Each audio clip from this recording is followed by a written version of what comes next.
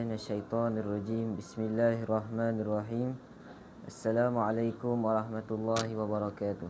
Waalaikumsalam warahmatullahi wabarakatuh. Innal hamdalillah nahmaduhu wa nasta'inuhu wa nastaghfiruh wa na'udzu billahi min shururi anfusina wa min sayyiati a'malina. Man yahdihillahu fala mudhillalah wa may yudlil fala hadiyalah. Asyhadu an la ilaha illallah wahdahu la syarikalah wa asyhadu anna Muhammadan abduhu wa rasuluh. Amma. Dia apa khabar semua, sihat? Sihat. Jadi alhamdulillah pada malam ini kita sama-sama lagi diberikan peluang oleh Allah Subhanahu wa taala, iaitu untuk kita belajar mengenali orang ataupun manusia yang paling mulia, makhluk yang paling mulia di atas muka bumi ni, iaitu siapa? Rasulullah. Rasulullah adalah makhluk yang paling mulia di atas muka bumi. Sebab tu banyak ayat Quran bila kita baca, Allah suruh ikut, yang pertama taat Allah, dan yang kedua semestinya taat Rasul. Banyak sangat ayat Quran. Antaranya juga Allah bagi tahu dalam surah An-Nisa ada, Allah bagi tahu ya ayyuhallazina amanu. Allah bagi tahu wahai sekalian orang-orang yang beriman, atii'u Allah, taatlah Allah wa rasulahu, dan taatlah Rasul. Bahkan ada ayat Quran yang bagi tahu wa may yuti'ir rasul faqad ata'a Allah. Dan sesiapa yang mentaati Rasul, maka sesungguhnya dia mentaati Allah. Maksudnya apa? Bila kita taat Rasul, secara automatik kita akan taat Allah. Kenapa bila kita taat Rasul, sebenarnya kita taat Allah? Kenapa? Siapa tahu? Kenapa bila taat Rasul, sebenarnya taat Allah? Kenapa?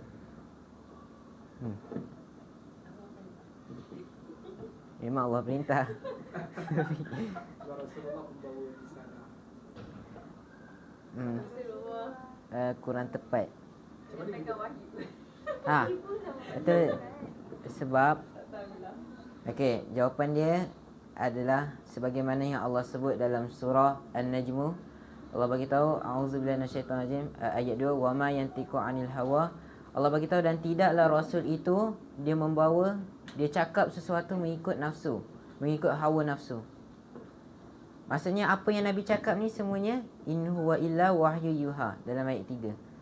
Iaitu semua yang Nabi cakap ni semuanya apa yang Allah wahyukan. Jadi sebenarnya semua yang Nabi cakap tu, yang Nabi bagi tahu kita, yang Nabi suruh kita ikut, sunnah Nabi yang kita buat tu, semuanya daripada Allah Subhanahu Wa Taala. Okey, boleh faham? Jadi kalau kita nak kenal seseorang tu, mesti kita nak tahu latar belakang dia, betul tak? Macam kita nak kenal dengan isteri kita, nak kenal dengan adik-adik kita. Itulah hakikatnya, mesti kita nak kenal dia dulu. Jadi kita semua kat sini mengaku cinta Nabi, betul? Betul lah. Jadi kalau kita betul-betul mengaku cinta Nabi, kita mesti nak kenal latar belakang Nabi SAW. Okay, jadi dalam ayat-ayat yang dalam kelas yang sebelum ni, kita dah pun memasuki kisah-kisah sebelum kelahiran Nabi SAW. Baru satu kisah. Jadi malam ni kita pergi kepada kisah yang kedua tentang kelahiran Nabi, tentang peristiwa sebelum Nabi SAW dilahirkan. Jadi sebelum ni kita belajar tentang apa? Kisah apa? Masya Allah, ingat lagi semua. Jadi sebelum ni kita belajar tentang kisah Ghulam, yang di mana dia boleh berdakwah sampai satu kampung. Jadi setelah pun dia dah berdakwah semua, apa yang jadi selepas satu kampung tu beriman? Apa jadi? Betul, satu kampung tu kena bakar dalam parit. Akan tetapi ada seorang yang terlepas. Ada pendapat yang mengatakan yang kena bakar dalam parit itu adalah sebanyak 19,000 orang. 20,000 orang. 20,000 orang. Sebanyak 20,000 orang satu kampung. Ghulam ni dia berjaya berimankan 20,000 orang. Akan tetapi masa kena bakar tu, semua yang kena bakar tu kan orang yang beriman kepada Allah, betul? Jadi bila semua orang kena beriman kepada Allah, dia kena bakar. Raja tu nak bakar semua. Akan tetapi ada satu yang terlepas, iaitu nama dia disebut dalam tafsir Daus Zu Sa'laban. Daus Zu Sa'laban, nama seorang yang terlepas ni. Macam mana dia boleh terlepas daripada kena bakar tu? Macam mana? Saya tahu macam mana ni, semua orang kena bakar ni, kena beratur, kena masuk dalam parit. Tapi macam mana Zu Sa'laban ni, Daus Zu Sa'laban ni boleh terlepas? Macam mana? Dia lari kat Syam. Betul. Iaitu dia lari. Tapi takkan raja biarkan je dia lari. Raja sebenarnya hantar tentera kejar dia sampai kat laut. Laut apa? Laut Merah. Tahu dia buat apa? Ada tentera ni kat belakang. Dia pergi kat Laut Merah, dia buat apa? Dia berenang. Tengok betapa kuatnya dia. Tapi kalau kita baca tafsir, dia tak bagi tahu ada kapal ke tolong dia. Jadi yang tak diberitahu, kita tak perlu ambil tahu. Jadi yang kita tahu, dia berjaya larikan diri. Lepas tu dia dah lintas Laut Merah semua, dah larikan diri sampai tentera tu dia pun rasa macam give up lah nak kejar. Dah sampai macam tu sekali dia boleh lari. Jadi dia pun terlepas. Dan akhirnya dia lari sampai mana? Syam. Syam. Jadi bila dia lari sampai Syam, dia teruskan perjalanan dia. Ke Afrika. Iaitu selepas Laut Merah dia sampai ke Afrika dulu. Susah sikit kalau kita belajar sirah tak ada whiteboard ni, saya nak faham. Jadi cuba bayangkan je lah. Jadi Laut Merah, kalau kita tengok map, kat sini apa ni tempat kena bakar tu, Yaman, tak tahu ada Laut Merah. Lepas tu dia lari ke sebelah tu ada Afrika, ada Syam. Syam sekarang ni adalah Jordan. Okay, lepas tu bila dia lari semua, dia berjaya lari, lalu dia terus pergi ke Turki. Iaitu dia pergi ke Konstantinopel, dia pergi ke Turki. Dia pergi ke Turki, okey. Jadi bila dia dah sampai Turki, time tu raja kat Turki ni, kat Konstantinopel ni, dia beragama Nasrani, iaitu Kristian. Jadi zaman dahulu agama Nasrani ataupun Kristian ni betul. Sebab waktu tu memang ajaran Nabi Isa. Tapi sekarang ni agama Nasrani ni dah tak betul lah. Dah ditokok tambah, dah diputar belik. Jadi bila yang seorang terlepas ni yang nama dia Zu Sa'laban ni pergi ke Konstantinopel, dia bagi tahu raja. Dia report kat raja tu. Yang raja tu pun sama agama dengan semua orang yang beriman tadi. Jadi bila dia cerita, dia bagi tahu dekat Yaman ada satu kumpulan, satu kaum yang kena bakar dalam parit. Lalu raja ni rasa apa? Mestilah rasa marah sebab agama dia sendiri. Betul? Dia rasa sangat marah. Tapi raja ni bila dia nak hukum, raja ni bila dia marah dia mesti nak hukum. Dia murka. Jadi bila dia nak murka ni disebabkan Yaman tadi terlalu jauh. Kalau kita tengok map memang betul-betul jauh. Dalam lingkungan 900 km. Kalau ke yang tu tak disebut dalam tafsir. Setelah dicari maklumat, berenang. Tapi kalau dengar saya ada dengar seorang ulama ni kata dia berenang. Tahu dia punya kekuatan tahap apa, dia berenang daripada Yaman 900 km lebih ataupun 1000 sampai ke seberang dia iaitu Syam. Lepas tu dia terus ke Turki, Konstantinopel. Jadi raja ni sangat marah. Bila raja ni sangat marah, dia kaji dulu. Maklumat tu betul ke tak. Jadi apa pengajarannya kat sini? Bila Zu Sa'laban ni cerita, Daus ni cerita yang ada satu kumpulan orang beriman kena bakar, raja ni dia kaji dulu, dia tak terus hukum. Apa pengajaran dia? Cuba kita fikir. Dia tak terus hukum, dia kaji dulu. Apa pengajarannya?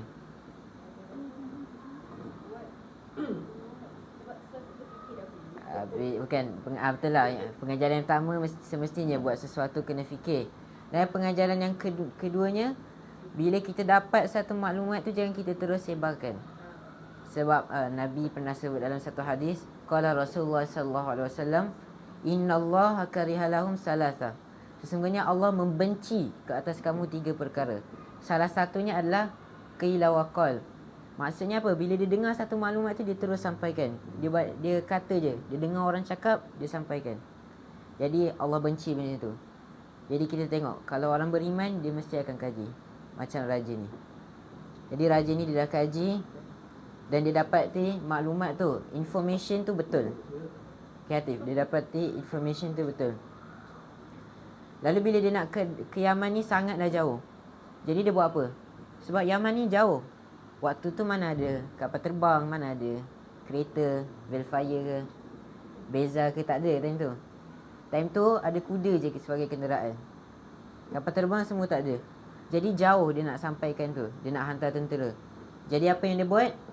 Dia pergi ke Daus tadi tu yang terlepas tu, dia bagi tahu dia suruh Daus ni pergi hantar maklumat ni kepada Raja Najasyi.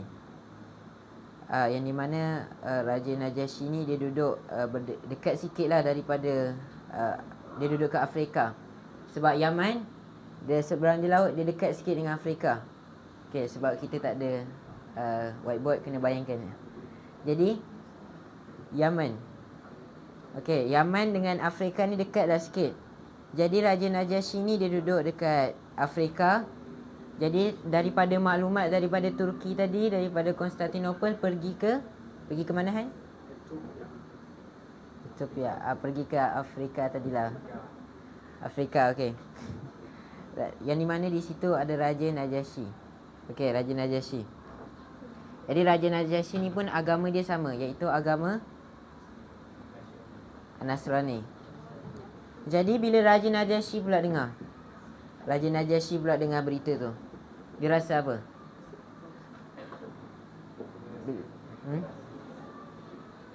Dia rasa apa?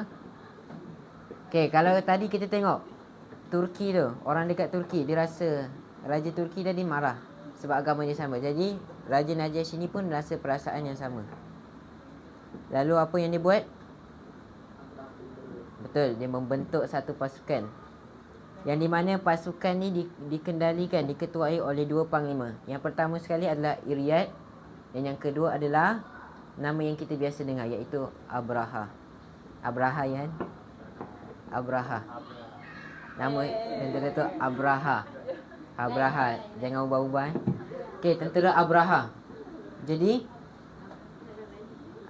tentera. Jadi Raja Najasyi ni pun hantar pasukan yang diketuai oleh siapa? Dan seorang lagi? Oh, ini saya nak ingat. Iryad.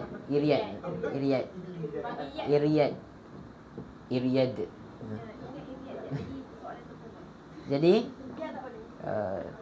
tapi sebelum Abraha suruh Iryad ni memberontak, tak apalah, kita teruslah. Jadi dia pun hantar pasukan tu bertemu dengan Raja siapa tadi dekat Yaman tadi? Sebelum ni kita dah belajar list. Ingat lagi list? Tak, bukan? Tak, yang Ghulam tadi tu, yang raja yang bunuh Ghulam tu. Zunawas. InsyaAllah, Zunawas. Jadi Raja Zunawas. Jadi bila dia hantar pasukan tu berperang dengan Zunawas, siapa menang? Abraha dengan Iryad. Betul, Abraha dengan Iryad. Sebab apa? Tentera dia kan lagi ramai, ada dua panglima perang pula tu. Jadi sifat manusia ni dia sentiasa rasa tak cukup. Okey, jadi panglima perang tadi ada dua, betul? Iryad dengan Abraha. Jadi bila panglima perang tu ada dua, dia rasa macam nak rebutlah jawatan. Sebab dua-dua ketua, dia rasa tak cukup. Jadi bila Zunawas ni dah mati, siapa yang gantikan tempat Raja Zunawas tadi? Iryad ke Abraha? Salah. Iryad. Ghulam dah mati. Jadi Iryad yang jadi pemimpin Yaman. Tapi Iryad ni dia seorang yang zalim. Dia seorang yang dia punya tahap zalim ni sampai tentera sendiri pun dia tindas. Apa maksud tindas? Maksudnya tentera sendiri pun dia tak peduli. Dia tindas semua tentera dia. Jadi Abraha ni dia asalnya baik. Dia ada sifat tak boleh tengok orang buat zalim. Okay, Abraha ni kalau kita biasa dengar mesti dia buat jahat semua kan. Kan kita belajar surah Al-Fil. Tapi Abraha ni sebenarnya asalnya dia baik. Dia tak boleh tengok kezaliman yang ada pada Iryad tu. Jadi bila dia tak boleh tengok kezaliman tu, dia pun pergi kepada Iryad. Dia kata, Iryad, nak tak kita, janganlah engkau tindas ni semua. Dia bagi nasihat lah, kau kena ada, kau ni pemimpin semua. Waktu tu Abraha tak jealous pun dia jadi ketua. Abraha okey je, cuma sebab dia zalim. Abraha bagi nasihat dekat Iriat ni, tapi Iriat ni dengar tak? Tidak. Lalu apa yang jadi? Abraha dia bawa tentera yang dia pimpin tu untuk berperang dengan tentera Iriat tadi tu. Jadi sebelum Abraha ni ajak perang, dia bagi surat lalu dekat Iriat ni. Dia bagi surat, dia bagi tahulah, kalau kau masih lagi nak zalim, kita perang lah. Siapa yang menang, dia yang akan jadi pemimpin dekat Yaman ni. Okey, jadi setelah pun berperang, Iriat ni seorang yang kuat. Dia sangat gagah dan dia sangat mahir dalam berperang. Manakala Abraha ni, dia tak adalah kuat sangat. Dia sekadar pandai dalam strategi. Dia pandai dalam memimpin pasukan. Jadi bila Abraha dengan Iriat, waktu ni diorang berdua je lawan. Siapa yang menang? Okay, kisah dia macam ni. Mula-mula lawan. Lepas tu Abraha ni hidung dia kena potong. Sebab apa? Sebab Abraha ni tak kuat sangat pun. Dia hanya pandai strategi. Dia hanya pandai buat strategi perang untuk menang. Tapi disebabkan waktu tu dia seorang je, dia tak ada tentera, jadi hanya lawan kekuatan je lah. Dan Iriat ni lagi kuat. Jadi bila dah potong hidung tu, jadi apa yang jadi adalah Iriat pun rasa dia dah menang. Lepas tu dia angkat bendera. Yelah, dia dah rasa dah menang kan. Dia angkat bendera, dia tunjuk kat kumpulan dia, aku dah menang. Tapi sebenarnya dia tak menang lagi pun. Abraha tu pun kalau dibaca dalam tafsir, waktu tu hidung dia dah berdarah, dia dah lemah. Tapi bila Iriat tengah bangga dia dah menang, Abraha pergi dari belakang, ambil pisau, lepas dia tusuk. Ambil pedang dia tusuk dari belakang. Iriat pun mati. Jadi apa pengajarannya? Bila Abraha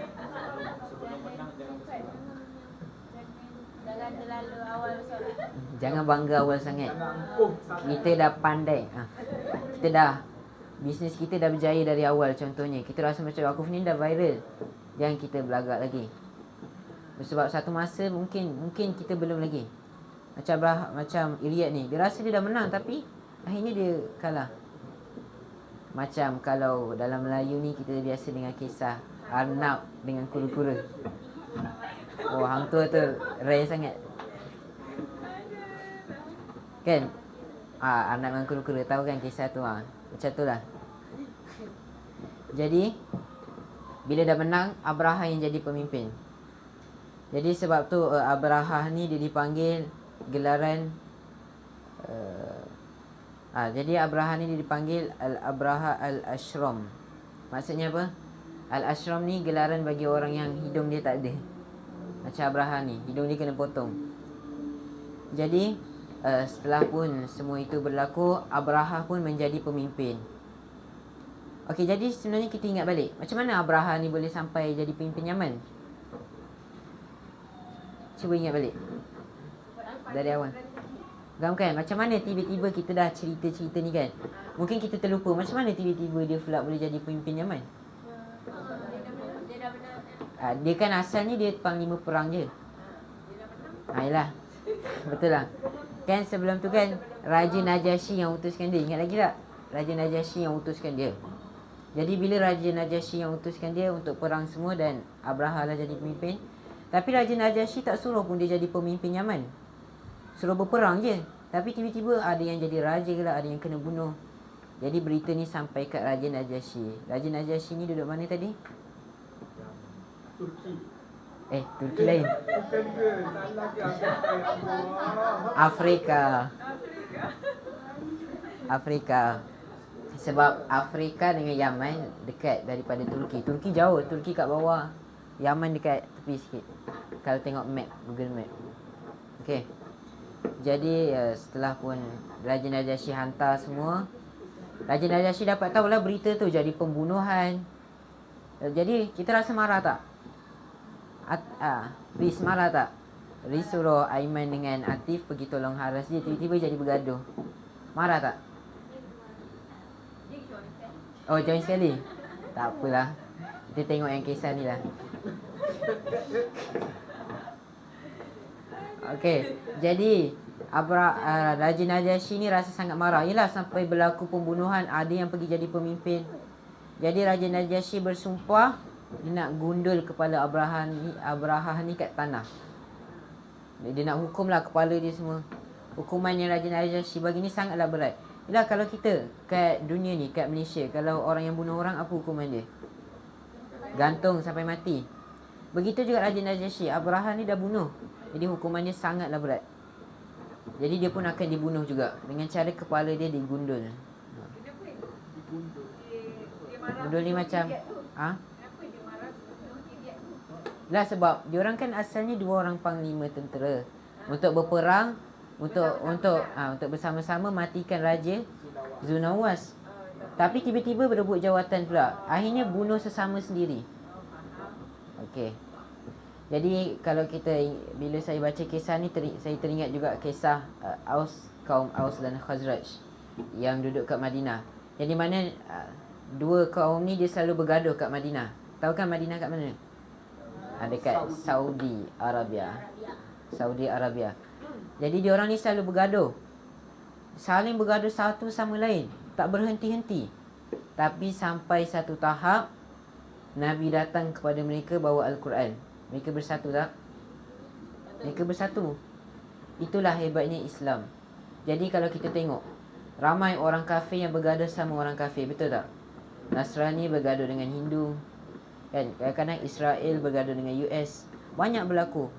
Jadi kalau kita orang Islam ni bergaduh sesama sendiri juga, kita sama je lah macam orang kafir. Ramai tak orang Islam bergaduh sama sendiri? Ramai. Jadi sebenarnya Islam ni sepatutnya bersatu sebagaimana zaman Nabi SAW.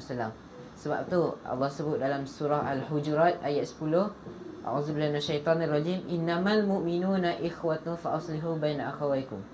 Allah bagi tahu sesungguhnya hanyalah orang-orang yang beriman ni mereka rapat. Ukhuwah, mereka ni bersaudara. Ikhwatun fa aslihu baina akhawaykum. Bahkan bila mereka bergaduh ni, Allah perintah apa bila orang Islam bergaduh? Fa aslihu baina akhawaykum. Deraikanlah antara kedua pihak. Jadi inilah hebatnya agama Islam. Jadi lepas ni bila kita dengar pasal Islam, bila kita dengan kawan-kawan kita, janganlah kita gaduh sama kawan kita. Boleh? Riz jangan gaduh dengan Aiman jangan gaduh dengan Fatih. Kita bersaudara. Bila nampak je orang bergaduh, kita kena leraikan. Kadang-kadang kita bergaduh sebab apa sekarang? Sebab kalah main bola. Selalu tak berlaku kalah main bola. Tak payah jujur lah. Kadang kita bergaduh sebab apa? Macam-macam lah. Kalah main bola, kalah badminton. Kadang-kadang bergaduh sebab iPhone. Okay, jadi itulah hebatnya Islam. Islam ni datang untuk menyatukan umat, bukan untuk berpecah belah. Kadang-kadang dia ni lagi pandai, kita bergaduh, kita dengki dengan dia. Kadang-kadang kita lagi pandai, kita pergi sombong. Tak, itu bukan Islam. Islam ni adalah bersaudara. Bila kita pandai, kita tolong kawan kita yang tak pandai. Bila kita tak pandai, kita support kawan kita. Kita belajar dari dia. Itulah ciri-ciri orang beriman. Jadi sebab tu malam ni kita berkumpul untuk apa dia? Untuk saling sharing ilmu, untuk saling memberi nasihat. Sebab apa? Sebab kita sebagai umat Islam ni adalah saudara. Kita balik pada kisah Abraha tadi. Jadi Abraha ni dengan Iryad ni sebabkan dia waktu tu Islam belum datang lagi. Waktu tu hanya agama Nasrani. Jadi belum datangnya Nabi waktu tu. Jadi mereka ni bergaduh hanya sebab apa? Jawatan. Sebab kezaliman. Jadi setelah pun Raja Najasyi dengar berita tadi, kita balik pada kisah tadi. Raja Najasyi dah dengar semua berita tu. Dia nak hukum Abraha. Jadi Abraha ni rasa apa? Dia dah nak kena bunuh ni. Apa dia rasa? Sedih. Takut. Rasa takut. Takkan kita dah nak kena bunuh ni, sedih. Mesti kita takut. Kita nak banyakkan amal soleh dan sebagainya. Jadi bila Abraha ni tahu yang dia dah nak kena bunuh, apa yang dia buat? Apa dia buat? Contoh ada orang datang nak bunuh kita ni, apa kita buat? Bagi dia upah. Jangan bunuh aku bagi kau 1 juta. Rasuah. Jadi bila Abrahah ni dia dah takut, dia utuskan surat kepada Raja Najasyi tadi yang nak bunuh dia, bagi tahu. Dia bagi tahu apa? Kau janganlah bunuh aku. Tapi aku akan buatkan gereja yang bernama Kulais. Gereja yang bernama Kulais, yang di mana di gereja itulah nanti aku suruh semua orang kat Jazirah Arab, maksudnya kat satu negara Arab tu, beribadah kat situ je untuk memuliakan dia lah. Dia bagi tahu lah dia nak buat bangunan tu, nak buat gereja cantik-cantik. Supaya apa? Macam rasuah lah, tak nak kena bunuh. Okey. Jadi dia hantar surat dan dia bagi tahu juga, dan dalam surat tu dia bagi tanah daripada Yaman, dia bagi ke Raja Najasyi. Okey, dia bagi surat dengan tanah. Kenapa dia bagi tanah tu sekali? Okey. Tadi kan Raja Najasyi hukum dia nak gundul kepala dia dekat tanah. Betul tak? Nak gundul kepala dia kat tanah. Jadi dia kata, kau janganlah hukum aku. Tadi kau dah bersumpah nak bunuh aku kan, nak letak kat tanah ni semua. Lepas tu dia bagi tanah. Nah, ambil lah, ni tanah dari Yaman. Kau nak gundul kepala aku kat sini kan, nak ambil tanah ni, dan aku akan buatkan gereja. Jadi bila dia dah buat gereja ni semua, dia nak suruh semua orang beribadah dekat situ. Ataupun gereja ni boleh dipanggil sebagai Kaabah palsu. Jadi bila dia nak buat gereja tu yang bernama Kulais tu, dia paksa, dia bagi surat dekat seluruh Jazirah Arab, kat seluruh orang Arab ni, bagi tahu kau kena beribadah kat sini je. Sebab apa? Lah sebab dia dah buat susah payah, dah buat mahal-mahal, dah buat cantik-cantik, datanglah sini. Dan ada riwayat mengatakan ketika itu dah adanya Mekah, ramainya orang beribadah dekat Mekah. Dan kat Mekah ni dia jadi aman. Sebab apa? Sebab apa Mekah aman? Sebab ada Kaabah. Kaabah kan waktu tu ada patung-patung, ada tuhan-tuhan diorang ni. Jadi diorang semua datang beribadah kat Mekah. Dan semestinya bila tempat tu ramai orang, biasa kita tempat yang ramai orang, contohlah Bukit Bintang, ramai orang kan selalu. Bukit Bintang, apa yang orang buat kat situ? Ramai orang berniaga. Jadi kat Mekah macam tu juga, ramai orang berniaga. Walaupun Mekah ni kat tengah padang pasir, kering kontang, tapi dia ramai orang. Okay. Kat situ lah ada jual macam-macam. Kalau kat Bukit Bintang selalu ada apa? Shawarma. Dan jadi macam tu juga dekat situ, ramai orang pergi situ. Jadi dia nak tarik perhatian orang Arab daripada Kaabah ni, pergi ke gereja dia ni, pergi ke Kaabah palsu yang dia buat ni. Sebab apa? Dia kata Kaabah dia ni lebih, tak ada. Adalah juga orang datang, 2 orang. Jadi ada 2 orang datang daripada Mekah, daripada musyrikin Mekah, yang dinamakan Ahlun Nasi. Ahlun Nasi ni maksudnya apa? Maksudnya dia adalah keburukan dia, iaitu dia boleh putar balik bulan. Contohnya sekarang ni bulan kalau bulan Hijrah sekarang ni Ramadan, tapi dia boleh ubah jadi sekarang ni Syawal. Dia boleh ubah ikut kepala dia je. Itu tak elok. Tapi di sisi yang lain dia ada kebaikan dia. Walaupun dia tu perangai dia buruk, dia kufur, dia boleh suka hati ubah-ubah bulan, ubah tarikh ikut suka dia, tapi ada kebaikan dia. Tapi sebelum tu, bila dia boleh ubah-ubah bulan ni, ada Allah bagi tahu dalam surah At-Taubah ayat 36. Tentang dia ni boleh ubah-ubah bulan. Okay, jadi Ahlun Nasi ni, itu keburukan dia, tapi dia ada kebaikannya. Iaitu apa dia? Iaitu dia tak boleh tengok orang buat zalim kepada Kaabah. Jadi apa pengajarannya? Dia ada kebaikan dan keburukan. Apa pengajarannya? Tahu kan? Apa pengajarannya? Bila dia ni jahat juga, dia kufur kepada Allah, dia suka hati ubah bulan, tapi dia ada kebaikan dia, iaitu dia tak boleh tengok kezaliman pada Kaabah. Apa pengajaran dia?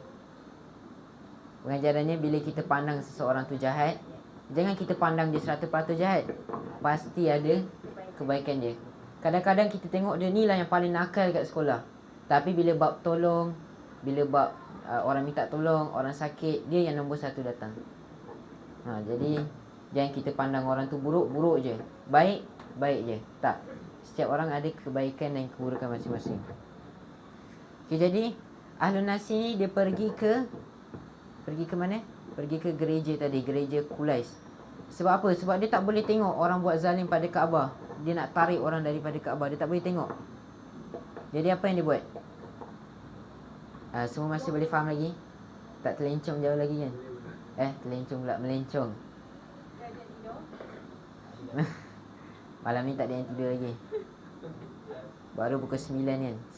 9.48. Okey, jadi masa dapat tangkap kisah ni. Kalau tak dapat tangkap, beritahu. Okay. Jadi bila dia daripada Kaabah tu, dia pergi ke gereja tu, apa yang dia buat? Dia buat apa, Haras?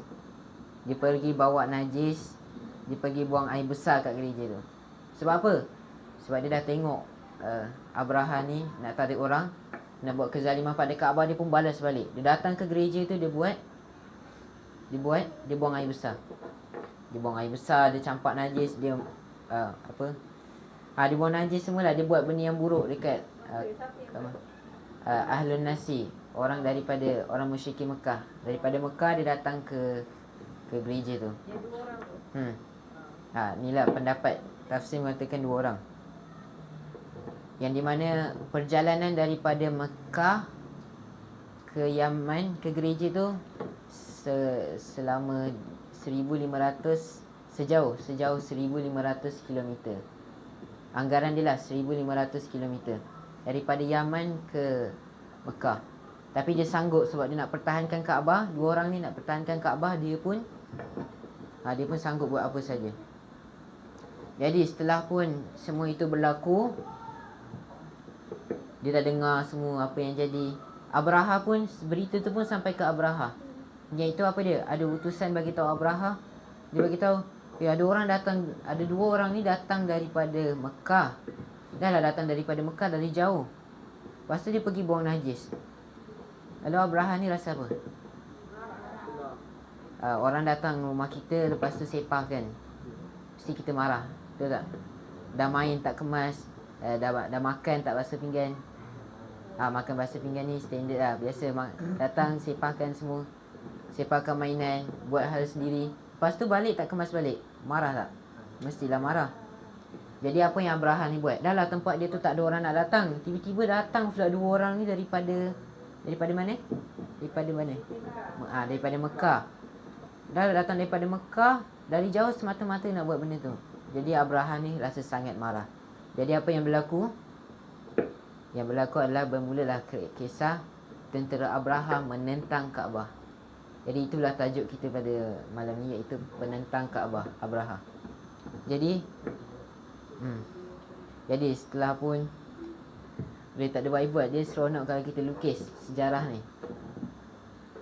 Kalau cakap je nanti semua jadi ngantuk. Tapi tak apa. Haras dah tahu cerita ni. Okey. Jadi Yaman ni dia diperintah oleh raja tadi tu, iaitu Raja Abraha tadi, setelah pun Zunawas mati. Jadi ada ulama yang mengatakan peristiwa ni berlaku 50 hari sebelum Nabi lahir. Abraha serang Kaabah ni, ada ulama mengatakan 50 hari sebelum Nabi lahir. Jadi sebab tu kita biasa dengar Nabi lahir tahun gajah. Betul. Jadi orang kat Mekah ni sangatlah aman. Walaupun Mekah ni kering kontang. Sebab apa tadi? Sebab apa Mekah ni aman walaupun kering kontang tempat dia? Sebab apa? Sebab dekat Padang dekat Kaabah. Sebab ada Kaabah, kat situ ramai orang nak ibadah. Dia macam tempat tarikan pelancong. Jadi Mekah ni aman, hidup dengan perniagaan. Jadi setelah pun bila tadi 2 orang tu dia dah buang najis tadi kat gereja tu, bila raja tu pun dapat tahu, Raja Abraha ni dapat tahu, dia pun marah. Jadi apa yang dia buat? Betul, nak balas dendam. Jadi apa yang dia buat? Dia pun pergi ke Mekah tu. Dia hantar tentera yang dipimpin oleh Abraha Al-Ashram. Kenapa dia digelar Al-Ashram tadi? Hidung tak ada. Betul, sebab hidung dia tak ada. Kena potong masa berperang dengan Ilyat tadi. Dan jarak daripada Mekah ke Yaman tadi berapa kilometer? 1,500. Betul, 1,500. Masya Allah. Jadi orang kafir ni bila dia dah dendam, dia sanggup buat apa saja. Contohnya apa sekarang? Orang kafir dendam, dia sanggup buat apa saja. Apa contohnya sekarang? Zionis. Dia sanggup dia sanggup menyerang umat Islam walaupun kos nak serang tu pun mahal. Bom lagi kan, sangat mahal. Jadi orang kafir ni bila dia dendam, dia sanggup buat apa saja. Dan kalau kita masuk nanti sirah Nabi, kita dapat belajar macam mana orang Mekah ni terlalu takut sangat. Dia terlalu dendam sampai dia nak bunuh semua orang Islam. Jadi setelah pun Abraha ni dia nak datang ke Mekah sejauh 1500 km, dia diketuai oleh seekor gajah. Okey, seekor ke ramai? Ramai ke seekor? Kena yakin dengan jawapan.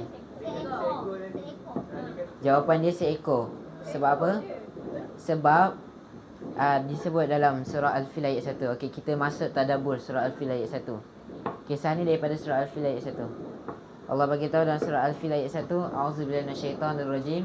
Alam tara kaifa fa'ala rabbuka bi ashabil fil. Alam. Kalau kita belajar bahasa Arab, alam ni dipanggil harfu istifham, betul?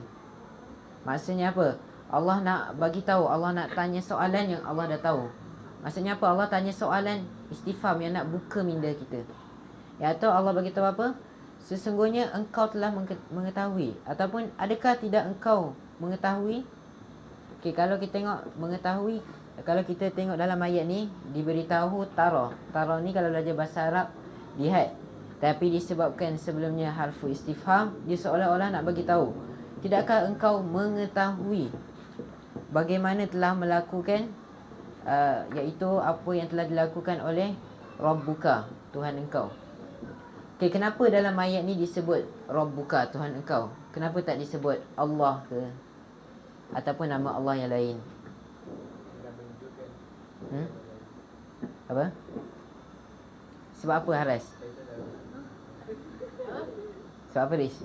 Kenapa ayat ni dibagi tahu Tuhan, dia bagi tahu Tuhan engkau? Kenapa dia tak bagi tahu Allah ke? Kenapa tak sebut terus Allah? Kenapa sebut Tuhan juga?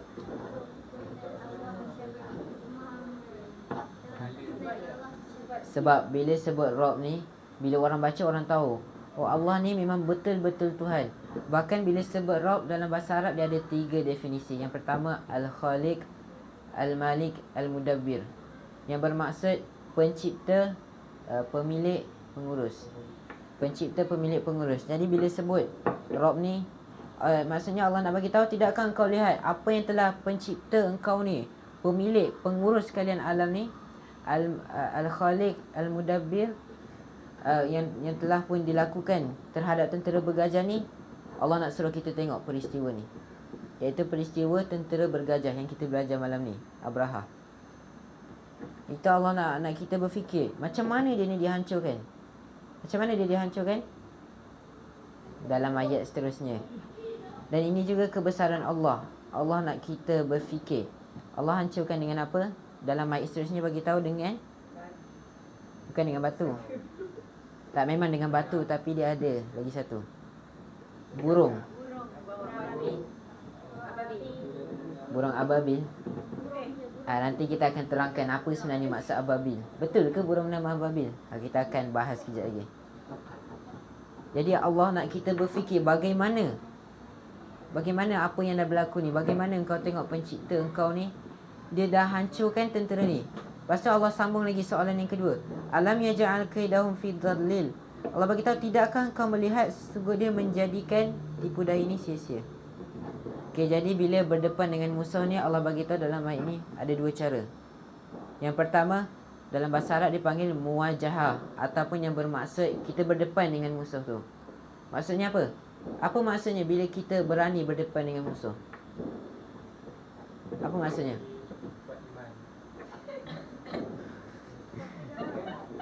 Ha? Sebab siapa jawab dapat pahala. Sebab pahala Allah lagi besar daripada kunafa, apa, coklat kunafa. Sebab apa soalan ni sikit Okey, ulang soalan. Apa apa maksud bila berdepan dengan musuh ni? Muwajahah. Sekejap. Okey, apa maksudnya bila kita jumpa musuh ni kita kena berdepan? Apa maksudnya kat situ? Kita kena lawan tadi. Kan? Berani. Maksudnya kita kena berani bila jumpa musuh. Berani berdepan. Tapi Allah bagi tahu dalam ayat ni ada macam Abraha ni dia bertemu musuh dalam keadaannya kaidahum, dalam keadaannya tipu daya. Apa maksudnya jumpa musuh dalam keadaan tipu daya? Okey, dia senang je. Kalau berani lawan dia takut. Jadi tipu daya yang dimaksudkan di sini adalah dia takut. Dia takut dengan inilah, dengan Mekah ni. Dia takutlah kalau orang tak datang gereja dia semua. Jadi Allah nak gambarkan juga di sini tentera mereka ni ramai. Tentera Abraha ni ramai datang daripada Yaman. Akan tetapi dia dalam keadaan yang tipu daya, dalam keadaan yang takut. Jadi semua yang dia lakukan adalah sia-sia. Kenapa sia-sia? Sebab dia belum sempat sampai datang. Dia belum sempat sampai ke Kaabah lagi, dia dah mati. Jadi mana kita akan tadabbur ayat yang lain. Jadi timbul persoalan. Dekat Mekah ni kan ramai orang berniaga semua. Jadi bila tentera Abrahah ni ramai, tentera dia ni sangatlah ramai. Jadi ada orang yang jual beli berniaga dekat tentera Abrahah tu. Dia kena sekali tak azab yang kena baling batu tu? Dia kena sekali tak? Tak. Kalau kita sekarang ni contohlah dekat Ceras Jaya. Kat Ceras Jaya ada bom. Orang ada kat Ceras Jaya tu ada ustaz, ada orang beriman, ada juga orang yang nakal. Jadi semua kena tak? Semua kena. Jadi macam tu juga dekat Tentera Abraha ni. Jadi Allah tak kesian ke dekat orang yang berniaga ni? Kena sekali. Jawapan dia Allah kesian, rahmat Allah. Tapi sebab mereka sendiri yang pergi berniaga kat situ. Dan Allah ni maha adil. Tapi nanti bila mereka dibangkitkan dalam keadaan ikut niat masing-masing. Dia bukan niat nak membantu tentera Abraha pun. Sebab ada tafsir yang mengatakan diorang ni berniaga tak tahu pun diorang berniaga sebab apa. Diorang pun tak tahu yang diorang berniaga ni orang tu nak hancurkan Kaabah. Dia tak tahu pun. Jadi sebelum Abraha ni dia menyerang Kaabah, dia pergi tawan dulu. Dia pergi ambil 200 ekor unta. Dia pergi ambil 200 ekor unta milik Abu Talib. Siapa Abu Talib ni, Haris? Betul, pakcik Nabi. Pakcik Nabi punya unta. Dia pergi ambil 200 ekor dan dia pergi tawan. Jadi Abu Talib ni pun jumpalah Abraha ni. Okay, ni berlaku sebelum dia nak pergi. Peristiwa ni berlaku masa Abraha dah nak sampai Mekah. Dia buat satu perkemahan. Lalu Abu Talib pun pergilah dekat kemah Abraha tu. Lalu dia pergi situ, dia minta apa? Dia minta apa? Dia minta balik hutang dia, iaitu unta dia. Dia minta balik 200 ekor unta dia tadi. Tapi Abraha ni terfikir. Abraha kata apa? Kau dah tahu aku datang dari jauh dari Yaman semata-mata untuk hancurkan Kaabah. Akan tetapi engkau tak berfikir ke? Kenapa engkau tak suruh aku hentikan semua ni? Kenapa engkau minta unta ni? Okay, kita tengok. Contoh, ada orang nak datang serang kita. Kita pergi minta kat dia apa dia? Minta harta kita. Macam logik tak? Kurang logik lah. Sebab kalau dia dah nak hancurkan kita, mesti kita jumpa dia nak suruh hentikan. Tapi Abu Talib ni tidak. Kenapa? Ha? Oh, Abdul Muttalib. Maaf silap, Abdul Muttalib. Abdul Muttalib pakcik Nabi. Datuk Abdul Muttalib. Okey, Abdul Muttalib ni dia nak serang, dia minta balik dia punya unta. Jadi kenapa dia tak minta benda yang lagi berharga?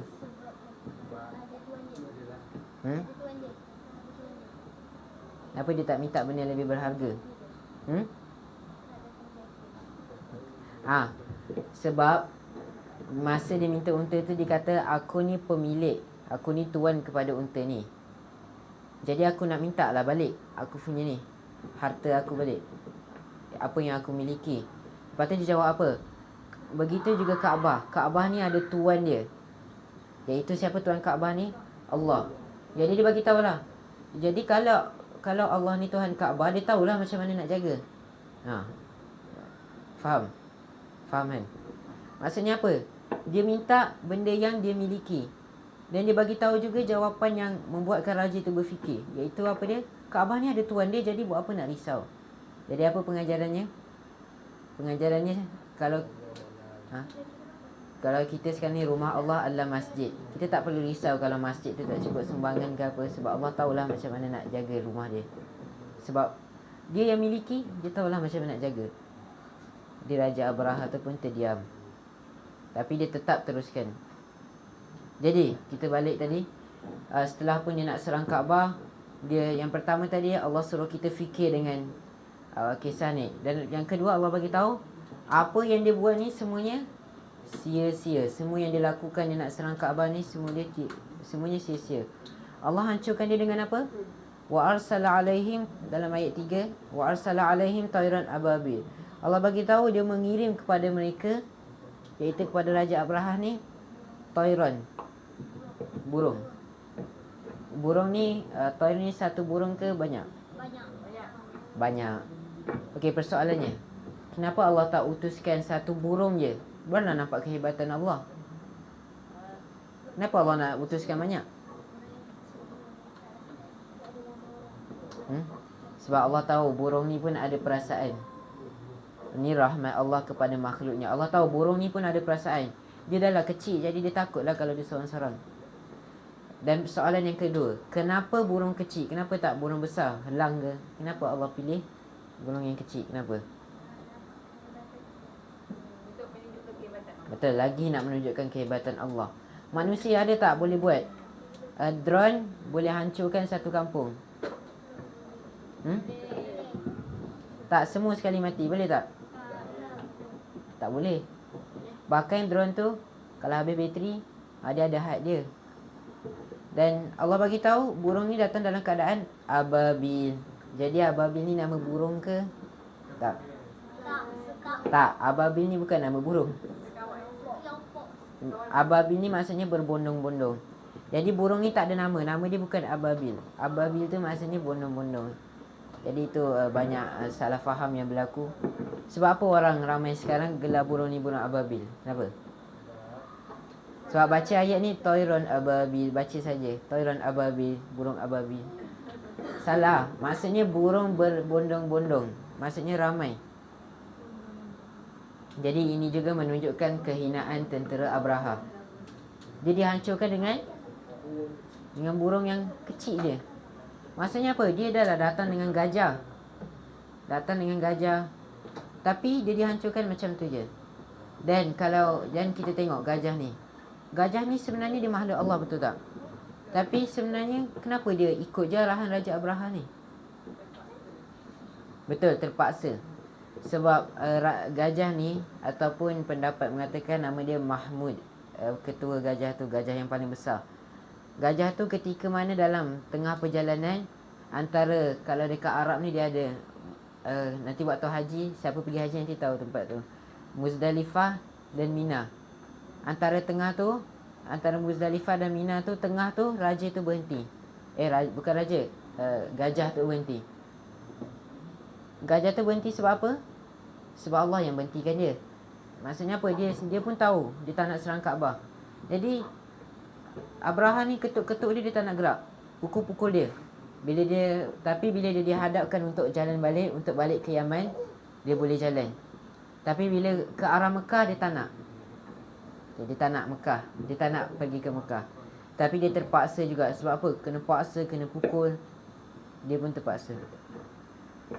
Tapi nanti gajah ni mati sekali. Dekat akhirat dia kena azab tak? Tidak. Sebab setiap orang dibangkitkan dengan amalan masing-masing. Jadi burung bondong-bondong. Okay, sikit lagi, 2 ayat lagi. Okay, lepas tu tarmihim bihijaratin min sijil. Lalu burung tu buat apa? Burung tu buat apa? Apa burung tu buat? Dia ambil batu dari neraka. Ada dalil? Oh, saya tak pernah lagi dengar lah hadis Nabi ke. Sebab kalau kita belajar bahasa Arab, hijarah dekat sini ada 3 maksud.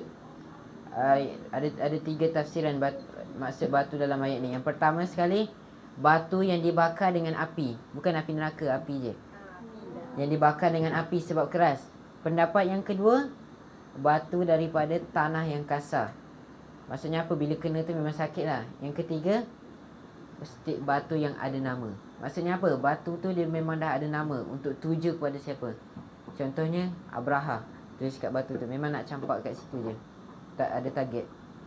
Jadi tak adalah lagi tafsiran yang mengatakan batu daripada neraka. Tak ada, daripada api je.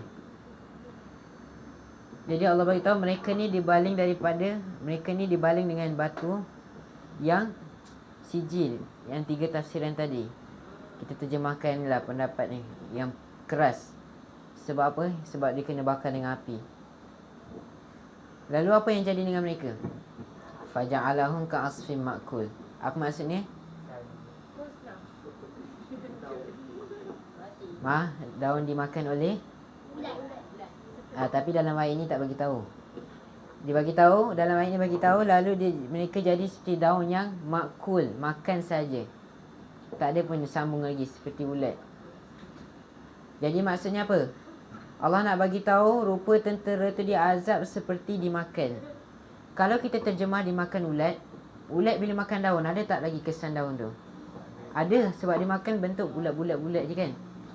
Jadi tak tepat lah, sebab maksudnya di sini mereka dia azab ni seperti dimakan. Maksudnya apa? Habis, kosong, hilang. Macam tu lah. Tapi kalau kita terjemah dimakan ulat, tak tepat. Sebab kalau makan ulat ada kesan dia lagi. Jadi Allah nak bagi tahu betapa dahsyatnya azab yang kena pada orang yang menentang Kaabah ni. Jadi lepas ni kita, pengajarannya untuk kita, lepas ni janganlah kita sekali berani menentang Allah. Taat je lah apa yang Allah suruh.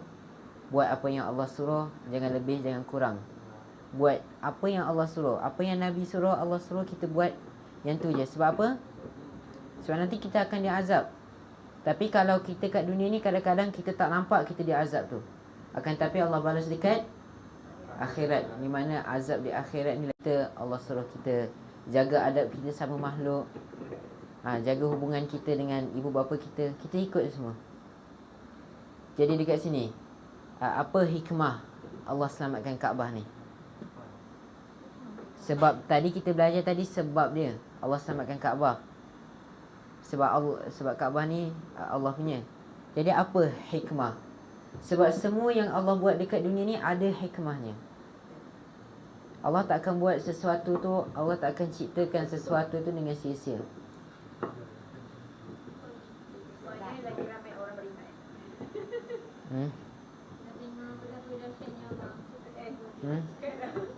Apa hikmahnya? Apa hikmahnya bila Allah suruh kita perhatikan kisah ni? Apa? Supaya bertambah iman. Betul, tu yang pertama sekali, yang bertambah iman, biar bertambah iman.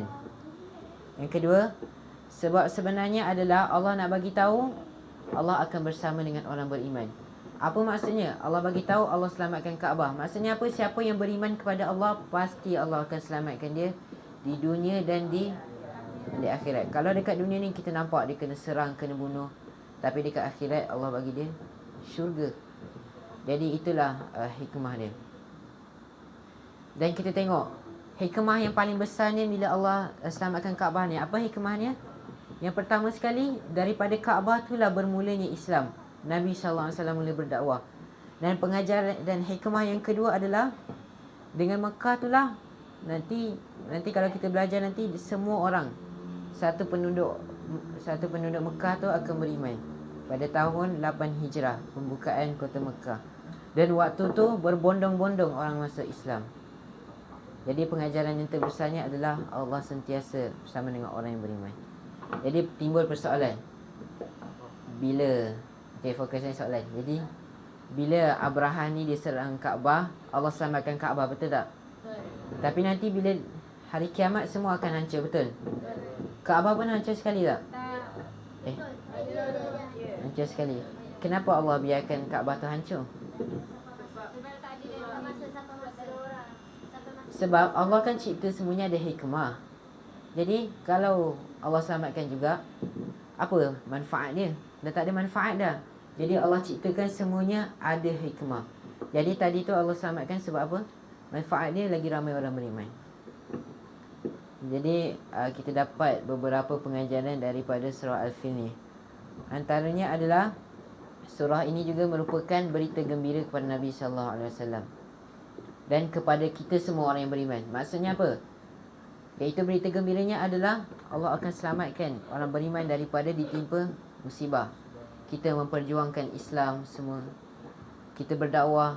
Kalau orang caci maki kita, ini adalah berita gembira, iaitu apa dia? Allah sentiasa bersama dengan orang yang beriman. Jadi kisah dia setakat itu saja. Okey. Okey. Soalan dia. Peristiwa ni berlaku berapa hari sebelum Nabi lahir? Fokus. Masya Allah, dapat pahala semua. Okey, ada soalan ni? Ada soalan? Jadi dah cukup sejam. Jadi insya-Allah tu saja. Makanan pun dah ada dah kat luar. InsyaAllah tu saja kita tutup. Semoga kita semua lepas ni sentiasa percaya kepada apa yang Allah nak beri. Semoga kita semua lepas ni sentiasa perjuangkan agama Allah, sentiasa taat semua yang Allah bagi tahu. Dengan kita belajar surah Al-Fil ni juga, semoga kita lepas ni tidak bergaduh sesama sendiri. Jadi insya-Allah tu saja kita tutup dengan membaca tasbih kafarah. Subhanakallahumma wa bihamdika asyhadu an la ilaha illa anta astaghfiruka wa atubu ilaik. Assalamualaikum warahmatullahi wabarakatuh.